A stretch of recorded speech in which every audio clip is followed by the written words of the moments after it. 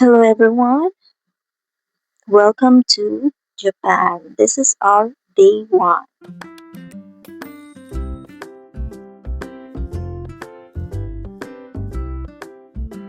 Don't forget to buy eSIM and Suica card at your first day para po ito sa inyong mga transportation at para tuloy-tuloy po yung lakad nyo. So sa airport pa lang po bumili na kayo at kasi connected na po yung train sa airport at saka pati na rin po yung bus.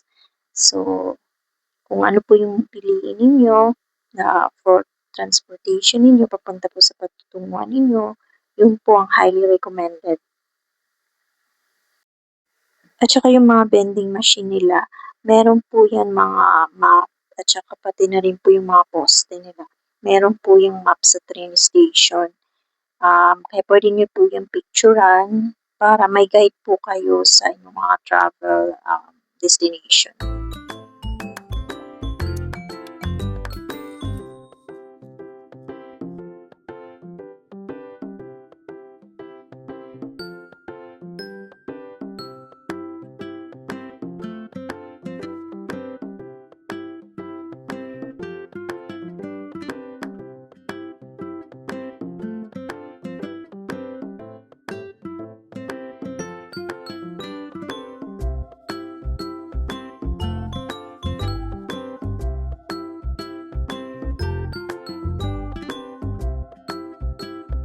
You are watching Irish Short Vlog. Welcome to my channel.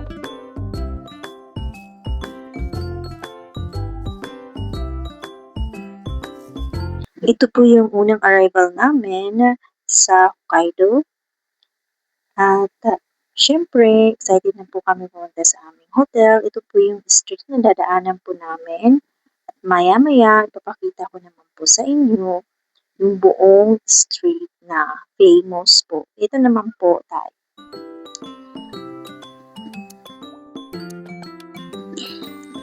Medyo malamig po ang panahon at windy, so kailangan po talaga mag-wear ka ng jacket habang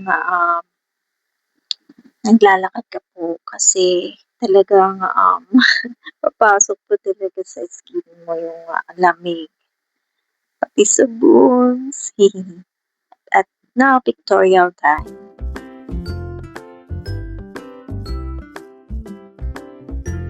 Ito nga po pala ang aming um, ating model na si Kimi.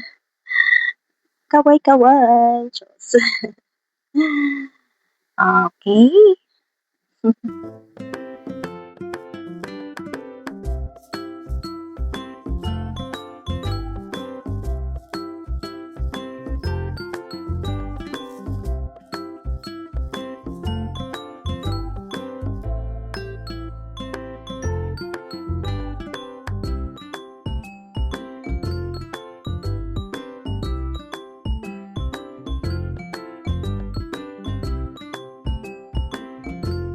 Tanukikuji Shopping Street in Sapporo is Hokkaido's most famous historic covered shopping arcade spanning roughly 1 kilometer with over 200 shops.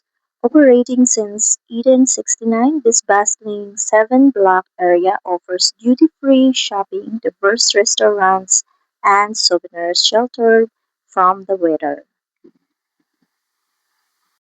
This is the four famous streets in Hokkaido: Tanuki Kochi Shopping Street, the oldest and largest arcade renowned for its lively retro atmosphere and a mix of traditional and modern shops, including Don Quixote.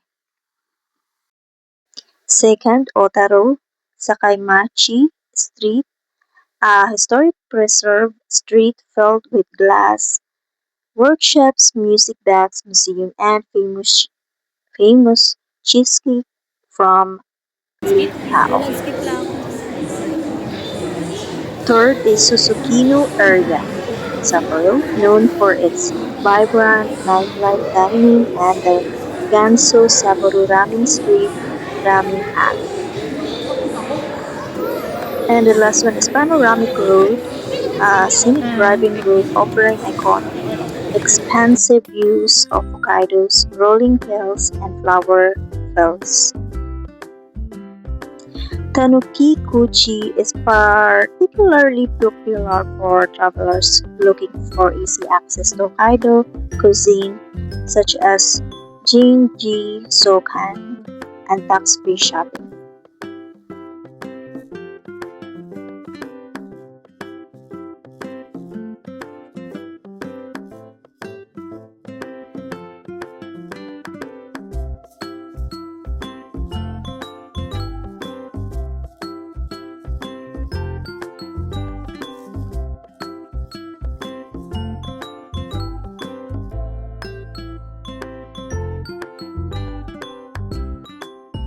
Just a reminder to everyone traveling, especially during winter time.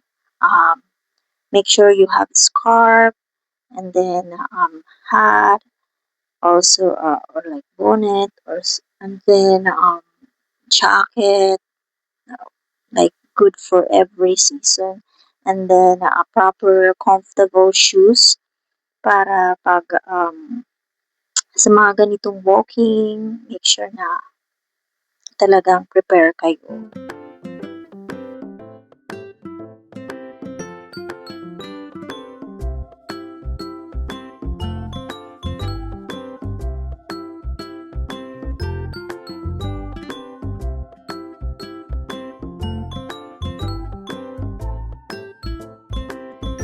At syempre hindi mawawala ang shopping time. So ito nga po pala yung mga antique shop nila. So may mga damit, accessories at lahat po.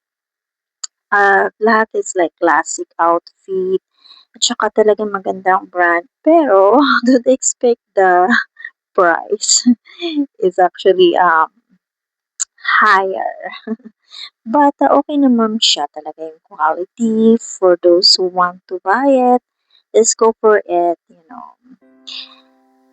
This is a vintage stores.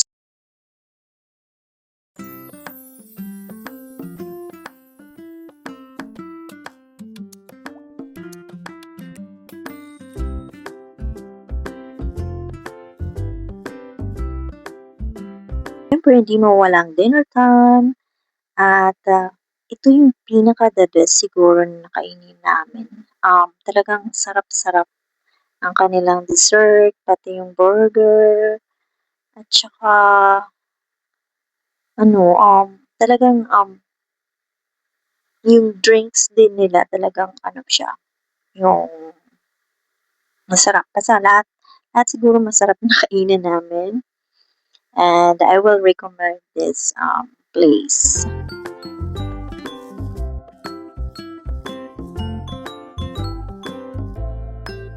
Siguro yung na-notice ko lang, napaka-polite ng mga people, at saka yung serving nila talaga the best, at saka yung mga food, the best din.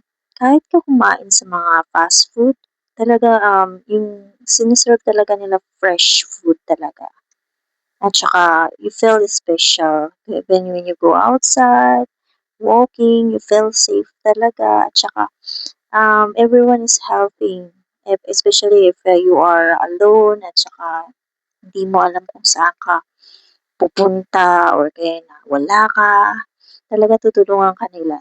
So, I like this place and I will recommend to go back this place. Hindi rin siya mga people, napaka-bait. So, go for it. You will love this place.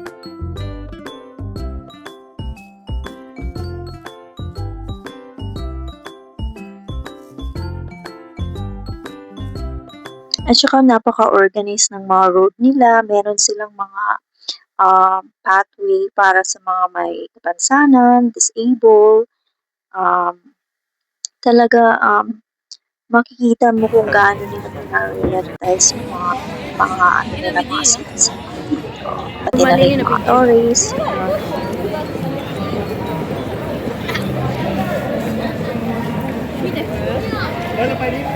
パン食べる？Uy! Mau! Mau na ini, hindi natin lalakawan. Mau na ini, sure ka? Oo. Tapos mga diretso pa dito. So, Kopi yung SIM ko. Ano?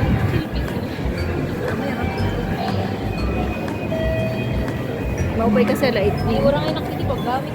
60 man. Gamit. Maupay din ako. Ano? At saka believe me guys, kung sakali nakita niyo man dami kong naming nilakaran, di ba? As long as you wear comfort shoes talaga, hindi po sasakit yung paa ninyo. I promise it to you guys.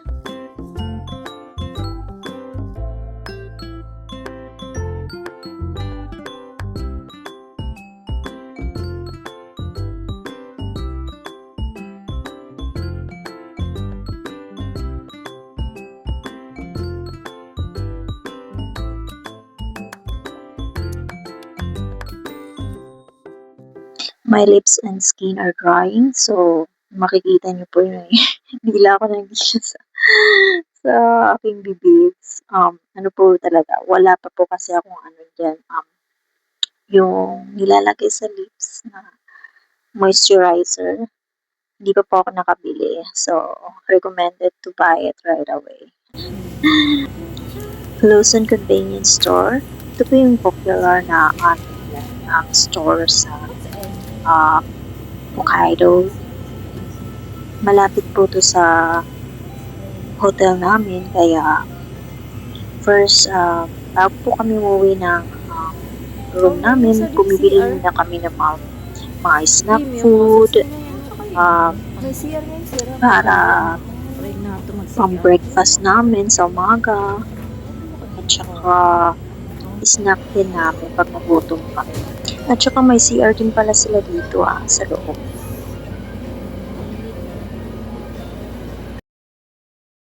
At ito nga pala yung mga dessert area nila. Wow! Ang sarap-sarap ng mga dessert nila. At saka yung mga food nila, grabe. Talaga healthy. Even, basta yung sweetness niya, talaga yung hindi super na matamis. Yung tama lang talaga. At saka malalasahan mo talaga yung mga flavor niya. Talagang fresh yung mga nilagay nila ng mga fruits. Ang sarap talaga, guys. I would recommend to buy the dessert. Try all this dessert. Pati yung mga ano nila, yung mga drinks, um, talagang pure talaga na ano, yung makikita mo na hindi talaga nila nilalagyan ng mga preservative.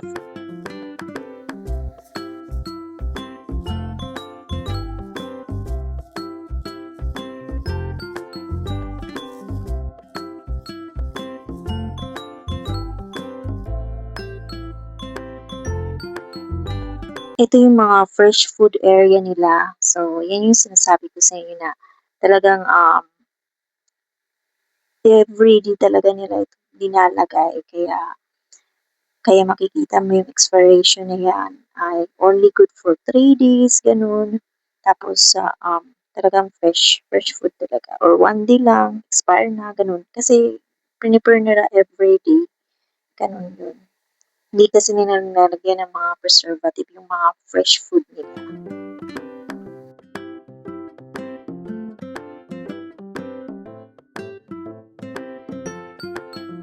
Ito yung mga different kind of sushi nila. May mga iba't ibang flavor pala yan, guys. Akala ko the same lang sila. Kaya kuha lang ako ng kuha sa una. Tapos, yung second day, ito. Kasi I will recommend tuna. Ang sarap talaga.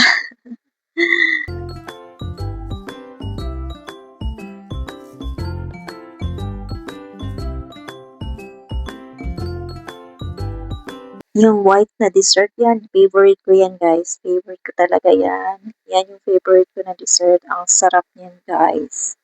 As in, I will recommend it. Especially for if you want healthy dessert yan. Kasi hindi siya matamis. At saka ang sarap niya talaga. Nasi ko pa sa lamin.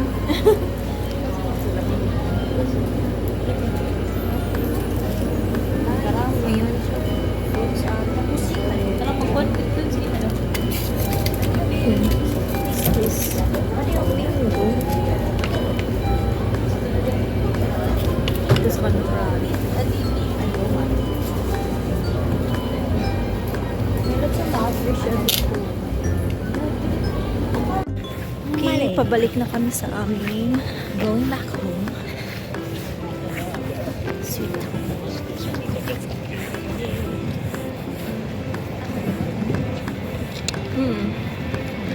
Diba mga ito? Pati, diba?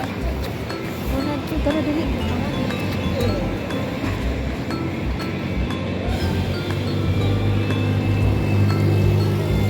Research mo daw?